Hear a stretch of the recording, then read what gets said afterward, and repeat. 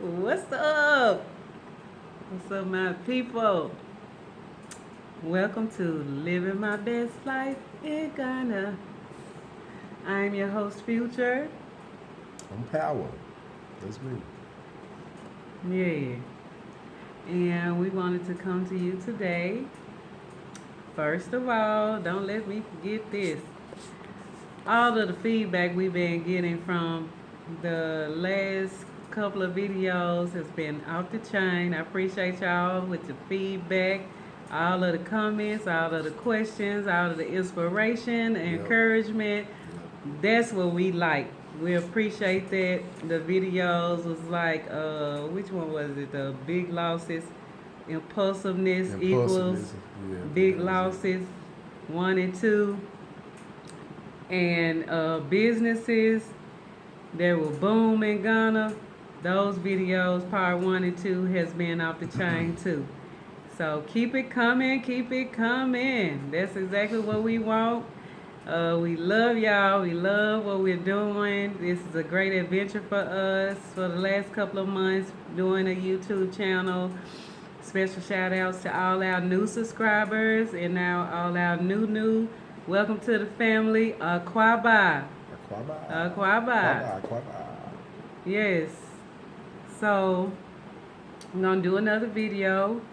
Something that it's kind of on a serious note because when you anticipating and moving and coming to Ghana and leaving a place that you've known for a long time and the people you've known for a long time, um, when you start telling people that you're moving or visiting Africa or going to Africa, they start to get weary, worried, and they just say whatever come out of their mouth without no type of investigations or any Or discrepancy, or even or thought for your feelings of what you might have disclosed to them at all. They just say it. validity, nothing. They don't. Just come They right just out. come right out. So this video is about separation anxiety, how to deal with it with your family and friends or the people that you know when you are talking about moving to a whole nother continent, to the land of your ancestors via Ghana or anywhere else on the African continent. So that's what this is about. Now, we experience this because we are a pillar in our community. We know we do a lot in this, and for many years, where we're from in Tennessee, in Memphis, and surrounding areas, we have always been community activists, working very hard for the community and our people. We know a lot of people that we consider our families. We know a lot of people. We have a lot of relatives. This is basically where all our people are outside of, normally your father's side of the family or your mother's side. They have extended family that live in different states or whatever, but the people that we are closest to, that are closest to us, oh, baby, it's serious when you talk about leaving them. When you talk about removing yourself from the comfortability of what they know, how they know that they can access you. It's it causes people to say and tell you some of the strangest stuff you've ever heard before in your life. Well, I know it did for me. My aunt, or one of my aunts, told me, was like, I know you love Africa and everything like that, but I heard they killing folks and taking them off in the bush. So don't go off walking and talking with nobody in the bush. I know you're real friendly with people. I'm like, Auntie, I'm not going in the bush with nobody. I mean, but that's not what's happening. And when people say Africa is a lot of times, they speak of it like it's one place, like it's just one section. It's okay when you go into Africa, and so like if you in West Africa, they think you close to them if they are in talking about someone in South Africa. Yeah. Like They don't understand it's a continent. That's a world away. I mean, that's really literally it's a world away. And the true map of Africa, the true sense of what Africa and how huge Africa is It stretches from the North Pole all the way through the equator, all the way down to the South Pole. Right. And it also is big enough to put all of the continents and everything else on the inside of the African continent and still have room left. Yeah. You have one country that's big enough to feed the whole world. We're supposed to be talking about I separation know. anxiety. So let's go back to separation anxiety. I don't know. You just have to, when you feel it, She you had have to get say that out. it. She had to get Yes. it out. So one particular couple I remember, and when back in '08, when we had our farewell party, and we told everybody that we were moving to Ghana, and people came and kicked it with us, and we had a good time. A particular couple, elder couple that I remember, whenever I talk about separation anxiety, was Baba, Oh, Grand and Baba. Grand and Baba. Rest in God power. rest their souls and power and everything. Both of them are no longer here, but Now you gotta give them a little bit backstory on Grand and Baba Yeah. to set it up right.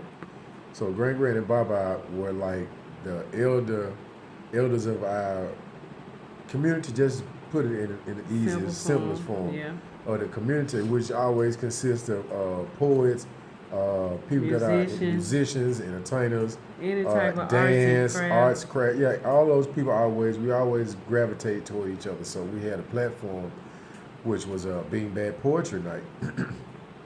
That was in place, and they were hosts every night for years, and they built up a rapport with us, and They were really near and dear to our hearts. Yeah, they very, really are, very, really very are. good people. They lived in West Memphis, Arkansas, which is right across the bridge from Memphis. And they had a whole community as well over there that Yeah, we they had used to put go, together, and yeah. they would put together events, and we would go Yeah. there and perform Mhm. because we're also performers as well, edutainers. So I remember telling Grand that Yep. we were moving to Africa, and she got really, really quiet, and then she said, "What you want to move to Africa for? Why you want to go over there and help them people? You got people right here where you are that need your help." I said, Grand, that's all I've always done is help people my whole life. I've always thought about everyone else. I really need to think about our happiness and where we want to grow and be more integrated and culturally related to our homeland. And we really want to go. We want to move to Africa. She was so upset. Grand never was the same after that. When we started going back and forth, she just drifted off. Yep, She didn't come too much around anymore. It was very hurtful for us. Her husband, Baba, he continued to come because I used to do both of their hair. They had beautiful locks. And Grand stopped coming to me for her services, and she just drifted off and didn't come around anymore. She would drop Baba off at the salon at Nappy by Nature. She wouldn't come in. We'd go out there, and that's the only way we would be able to see her if we We would run outside and try before she pulled out. But a lot of times she wouldn't stay around. She would drop him off and zoom straight off, and she was just really hurt by us. And I would be like, Grand, why don't you come? I remember asking her one time, why don't you come to Africa, Grand? She was like, I would never be able to come. And I was like, why? She was like, because of her health. Yeah, she was on a respirator, oxygen machine. Oxygen machine on. And she just never, Africa was close to her heart. I believe that in every sense that she knew Africa, she represented it well. She wore African clothes. She talked about Africa, but she just had already put in her mind that she would never come. And it was really hard for us because we loved them so much, but she separated herself from us. So sometimes I'm sorry, but sometimes it causes your family members to take a negative connotation with Africa too. Yes. Because it's like anytime that you might come around your family or anything of that nature, gatherings or whatever like that, if the subject comes up, you have those people that just be like, I'm scared. Nobody want to hear nothing about no Africa. Here Here they come. Here they come. You know, they'll label you like that. I mean, you know, they'll try to make you feel bad for having your eye on Africa and being African centered and all of that stuff. They really would just be upset and just talk bad whenever they could, whenever they had the right people around to assist them and saying negative things. But after a while, you don't take it no more. I mean, after a while, you get to the point like you got on to chalkboard almost. Yeah, after a while, you got to snap back, and you know you try to do it in such a diplomatic way, but after a while, you have to go ahead and tell them like it is, how it's gonna be. You know what I'm saying? But it's ways to do it. Yeah, it's not harsh. It's not you harsh. Really just have to talk to them. Like, you just look. have to talk to them and let them know I'm not leaving you. Right. I'm coming back. We can talk every day if you want to. We can video call now. When we first came, we just had Skype. Ooh, and it was terrible. Oh my God, it was terrible. We had internet cafe when we first came to Ghana. Ooh, we had to go to the internet cafe. We didn't have phones. We had handheld phones, the little small ones. Internet cafe. And we didn't have nothing but the internet cafe. We lived in Medina at the time. That's when we first moved here. Busy internet. You remember Busy Internet is no longer exist here in Ghana. Right, it's gone. Oh my God, that was like the staple of internet hub where people would come from everywhere to print out stuff, right. to it was to like fax mid-city stuff. too. It was like right outside of Nkrumah Circle. Ain't that Ring Road? Yeah, I think that's Ring Road. Right after you leave, when you come out of a circle, you know, with it's the old circle, because circle looked like a scene in New York now, but when you come out of circle, it was right there on your left hand side, headed toward Osu area. It was on your left hand side, called Busy Internet. It was a main internet cafe. You go in there, they got everything going on in the internet cafe. It was almost like a little club. You can get something to eat in the back, the beverages and whatnot.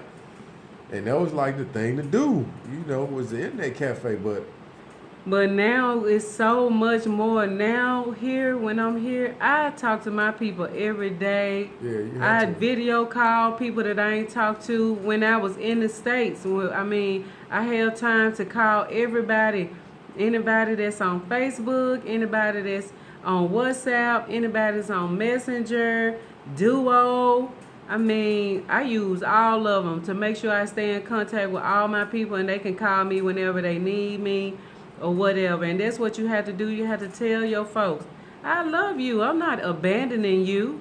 I just want to go somewhere where I can be happy. I can look after myself well, and I can look after for you. So whenever you want to come home to the land of our ancestors, because everybody got to get in their mind that this is where we belong. And whenever you figure it out, or once you're ready to come and visit, I'll already have everything lined up for you. I want to start something new in our family, be the trendsetter. They call you the black sheep, it's okay. I'll take the black in any type of way. Take the negative away from it, being the black leader in your family where you can make changes and you can cause your family to level up on all stages is the best thing to do. Yeah. So I look at it like being, when you first like dealing with your folks' anxiety, and you come in here to Africa, I kind of look at it like we the bushwhackers. You know what I'm saying? I say we come behind the bushwhackers. Yeah, we are. Because it was a group of people that came here years before, I say probably 20 to 30 years before we did. Yeah, and they were the ones that came here and like hacked through the bush. And I'm using that just like, not literally hacked through the bush. I mean, they were the first ones to come here when it was like no consistent electricity. There was no phones. They only had pay phones. You had to go somewhere and use the phone. Use the pay phone at a certain, and not pay phones on every corner, a certain destination to go use the phone. This is when that was in order. You know, when it was like really not a lot of organization going on back in those days when they came. And it wasn't TVs everywhere either. No, TVs everywhere. People used to go, and it was even kind of like that when we first came. People would go to certain houses like it was when our grandparents was young.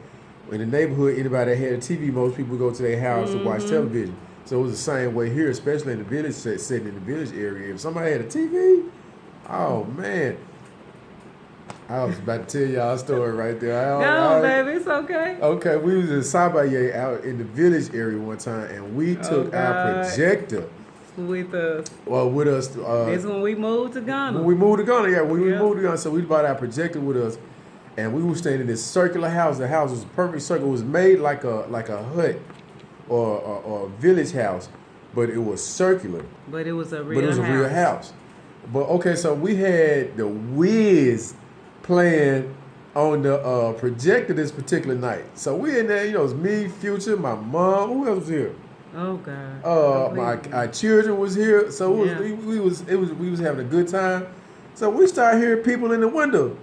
So I'm like, the people in the village, because there's a village right next door. When I say right next door, I mean like literally maybe if we walked out of our front doorstep and turned to the left, you would probably walk 40, maybe 50 steps, and you'd be right in the village. So they came outside, and they saw this, because it's on the wall. We had all the lights off in the house, so it was just like you just see the flickering from the. It's like the movie. Like a movie theater inside the house, a big old green walls, perfect. So we started seeing people had surrounded the whole house outside watching the Wiz. So we in the village, the Airway Village, watching the Wiz with our folks on the beach. I was beautiful, and then the killer part is we hear the door open up. We hear the door open up.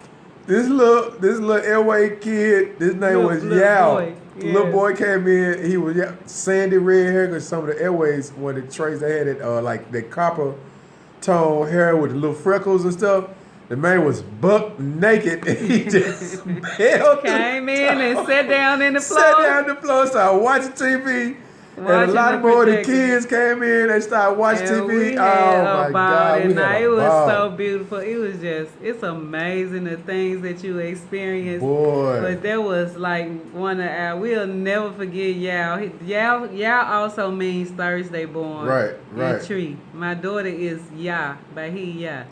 So when he came in, because when we were living there, we got to know everybody. Yeah, we were was really playing cool, with the kids playing every with the day. children We was every eating day. it together. We was cooking food and having big feasts in the house with the people in the village and everything. So we were so connected. We love those children. We can still go out there right now in 2020 to Sabaye, and a lot of those kids are grown-ups now. Grown-ups with children. They grown-ups now with children. Yes. And they were young back then in those days. Yeah, they sure are.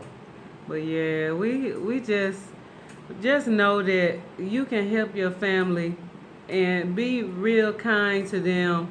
You know what I'm saying?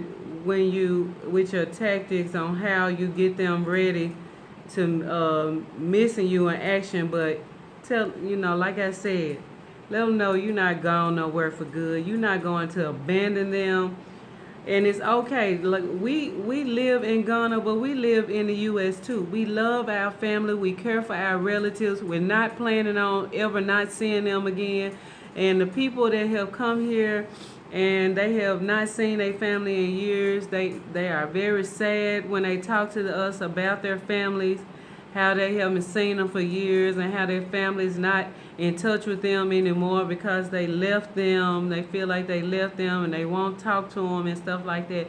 That was never our intentions, and that will never be our intention. We will never do that. Our whole intentions is eventually bring as many of our family members back to touch ground on this land and stay here for periods of time, going back and forth here in the land of our ancestors and the land that our ancestors built.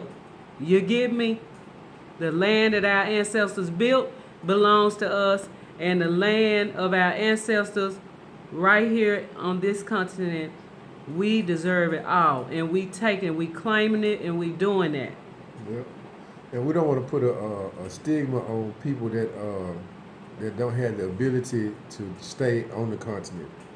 You No, know, don't do that. it's That's because a lot of wrong. times we hear people real harsh. Well, if you're not here, you shouldn't If you're be. not here full time, No, you got to because stay here. In order one to thing be about it, African, you got to stay here full time. You can't go back and forth. You you don't got tell me families. everybody's. You can't generalize people like that. You got families back in the States that need you, that need your guidance and your assistance. So part of the of our journey is being where the ancestors tell you to be and doing what they tell you to do.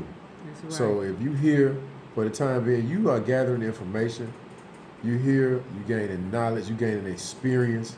So you'll have a weight when you talk, when you go back, and then you making your play. Everybody don't have the financial means to be able to just say, "I'm gonna come here and I'm gonna stop, I'm gonna stay." So we got to take that and be cognizant of that, and we just got to fall in where the ancestors lead you. That's what we got to fall in. So, but like, be patient with your family members. You got to take a little extra patience with your family members when you're moving around, and we want to be Mindful of mindful that. of that. So thank y'all so much for watching this video. We really appreciate y'all. Make sure you subscribe, hit the like button, thumbs up. Make sure you share the videos, leave your comments, questions, everything, and we will be sure to answer them, and it helps us create content. We appreciate y'all. If you need us, all of our information is down in the